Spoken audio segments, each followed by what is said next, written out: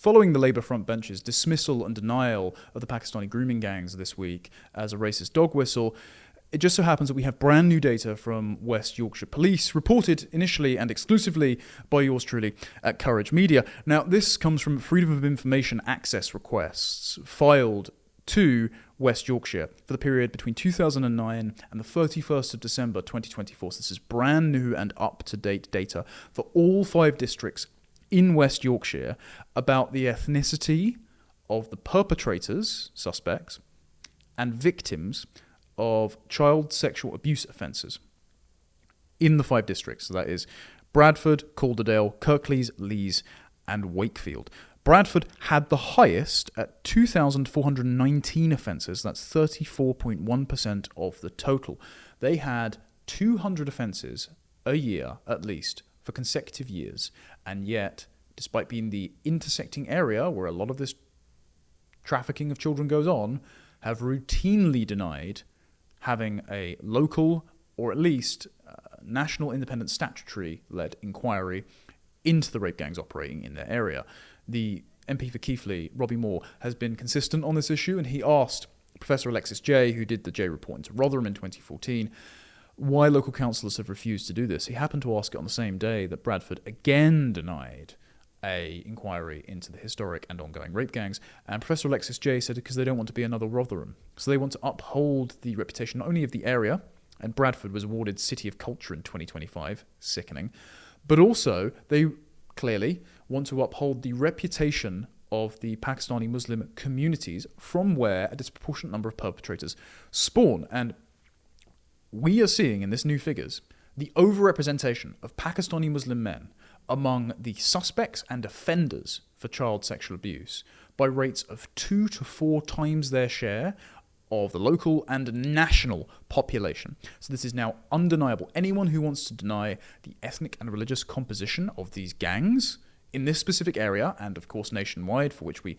have historic data, we're getting more up-to-date data thanks to the works of other people like Adam Wren and Charlie Peters.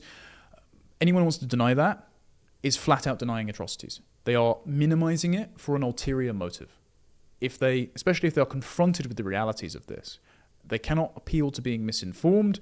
They are deliberately dampening down these atrocities committed against children for ideological motives. So they are bad faith actors. So as far as the other districts, Leeds had 1,601 offences. That's 22.5% of the total. Kirklees had 1,547.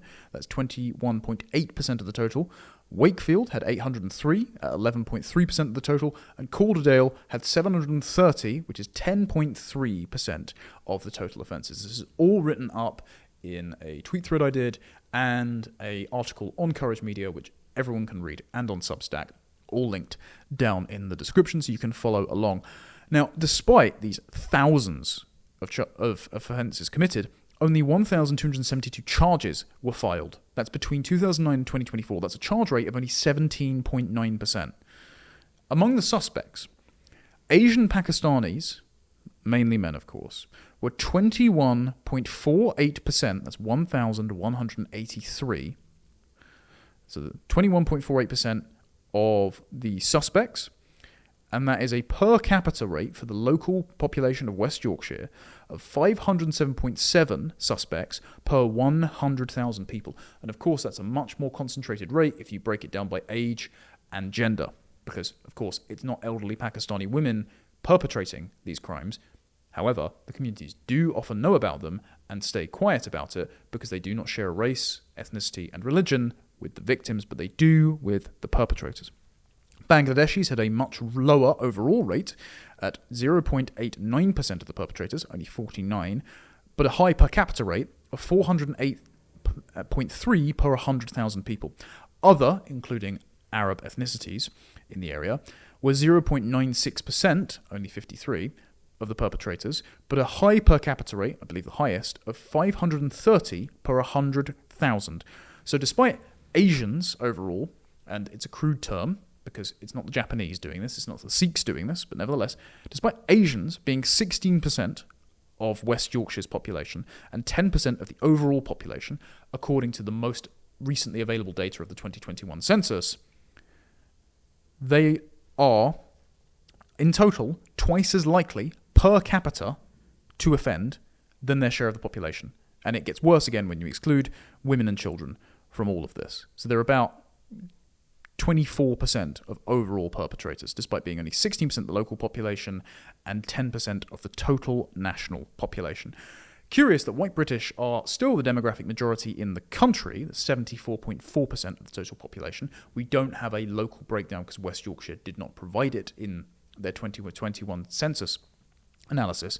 But despite being 74.4% of the country as of 2021, white British suspects were only 44.5% of the total. So that's 2,454. And that's a per capita rate for the local population of 155.3 per 100,000, so much lower. Black, African and Caribbean had a lower percentage share at 1.83%, there's 101 perpetrators or suspects, but a higher per capita share of 459.1 per 100,000. So let's add all of the non-white British suspects up as a total. 55.46% of the suspects, despite being only 25.6% of the population. So that is double the offending rate of their share of the population. That's much higher than white Brits. And so, as well, add on to this the fact that 6.4%, so that's 355, of suspects had their ethnicity not stated, and a further 13%, that's 715, had their ethnicity not recorded by police. Now, as Neil O'Brien, who is the Shadow Education Secretary, has mentioned before, this is inexcusable because the age and the sex of perpetrators is often recorded, but the ethnicity of perpetrators has gone increasingly unreported as migration has continued over the years and as the offences have continued to rise. So this seemes to be a decision by the police, who are of course motivated by proving their anti-racist bona fides ever since they were called institutionally racist in the 1999 Macpherson report of the murder of Stephen Lawrence. This seems to be a purposeful effort by the police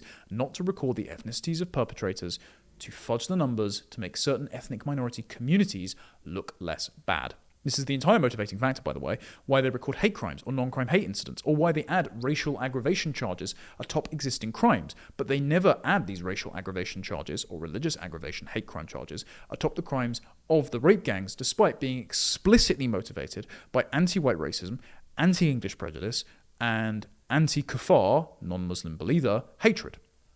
It only ever goes one way.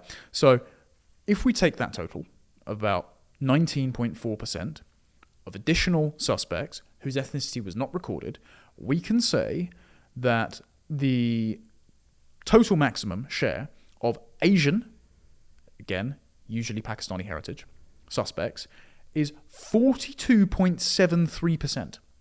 So a potential 42.73% of perpetrators of child sexual abuse, and this is not even broken down by gang-based, group-based child sexual exploitation, but 42.3% of perpetrators of child sexual abuse between 2009 and 2024, right at the start of 2025, in West Yorkshire, were of Asian, predominantly Pakistani male, heritage.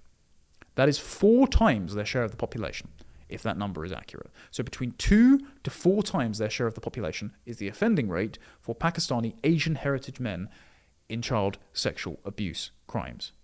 Now, this tracks with existing numbers because, of course, 15 to 23% of sex offences are committed by foreign nationals between 2021 and 2023, and that's despite them being 9.3% of the population.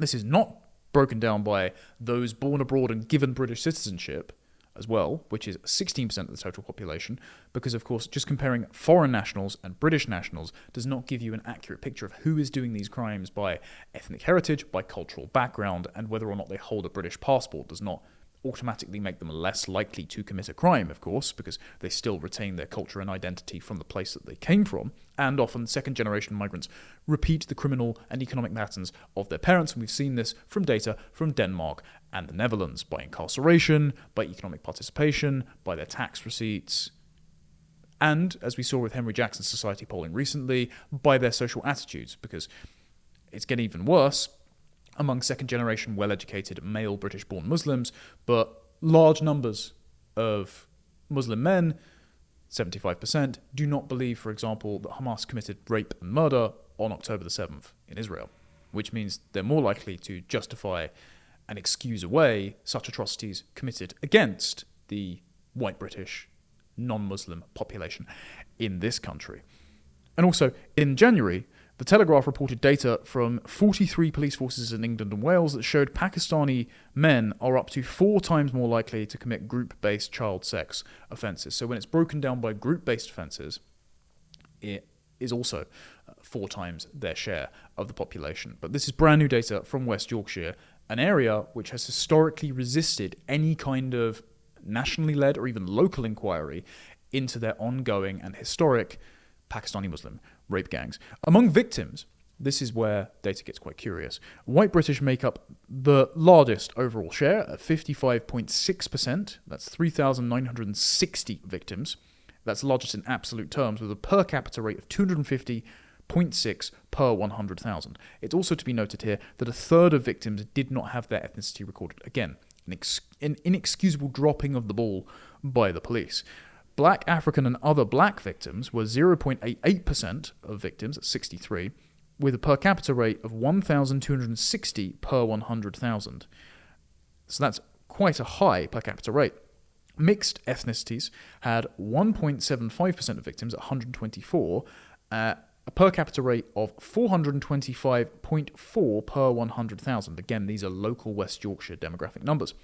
But despite Pakistanis being the largest single ethnicity of perpetrators or suspects, and the largest share of the largest racial category for suspects in West Yorkshire, they had the lowest share for victims at 2.9, one of the lowest shares for victims at 2.96%. There's only 211 victims and a low per capita rate of 90.6 per 100,000. Now, every single one of those crimes, no matter the ethnicity, race, and religion of the victims, is an atrocity.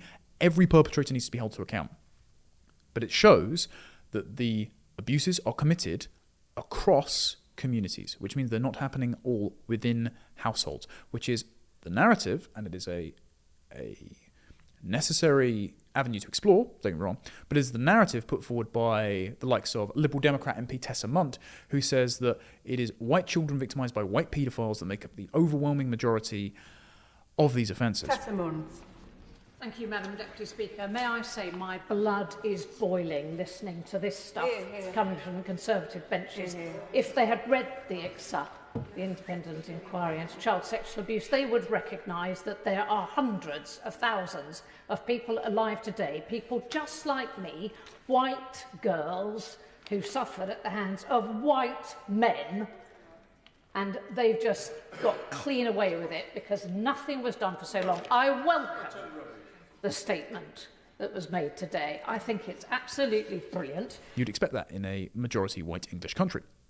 But that obfuscates our ability, and the police and investigative teams' ability, to identify at-risk and already victimised girls and identify future perpetrators and prevent future crimes from happening, because you're looking at the wrong victim-offender relationship and the wrong victim profile and the wrong offender profile, without acknowledging that this is happening at alarming rates by Pakistani men to white working class girls.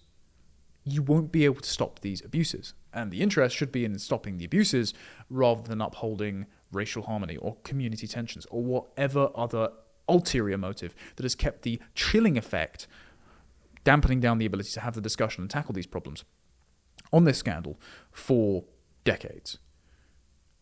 Now, we do have data that has attested to this trend for quite a long time. In 2013, the National Crime Agency found 75% of Type 1 offenders for child sexual abuse were Asian, again, predominantly Pakistani men, and the Quilliam Foundation in 2017 found 84% of those convicted, again, were Asian, of Pakistani origin. So it behooves us to be opaque about this data. We know for a fact that thanks to the rape gang inquiry, privately funded by members of the public and led by Rupert Lowe, there's been thousands of freedom of information requests sent off to police forces, local councils and the like across the country. We now know that, I have been told at least, that reformed, new, dominated local councils will be interested in conducting audits as to whether Pakistani rape gangs have been operating in their area, so we might get some transparency from local councils on that. But we know that Labour-dominated, and more specifically, ethnically Pakistani Muslim-dominated councils will not do this of their own volition and must be dragged kicking and screaming to do this by a government that is more interested in seeking accountability for those who covered up the crimes, justice for the victims, and punishment for the offenders than they are in some sort of John Lennon's Imagine appeasement vision of multiculturalism that tries to ensure that there are no integration issues with third world cultures that regard our children as the spoils of war or as unbelievers and white whores that deserve to be punished, which has been said by the perpetrators themselves, who have gone on racial tirades during their sentencing and shouted Allahu Akbar as they were led out of court. So this data is very important. I hope more people are able to report on and share this data. It was sadly overshadowed in its release by VE Day, but I would have thought that data on the biggest child sex abuse scandal in British history and probably the greatest moral stain on the British establishment takes at least a little bit of priority and wants a little bit of airtime over the VE Day parade, especially in the evening after the parade is finished. But there you go. Didn't take place. And I hope that more people can fire off FOI requests, get more data out there, and certainly feel free, if you do come into possession of this data, to contact Courage Media, because we will be reporting on this issue until transparency is achieved for the victims of these heinous crimes.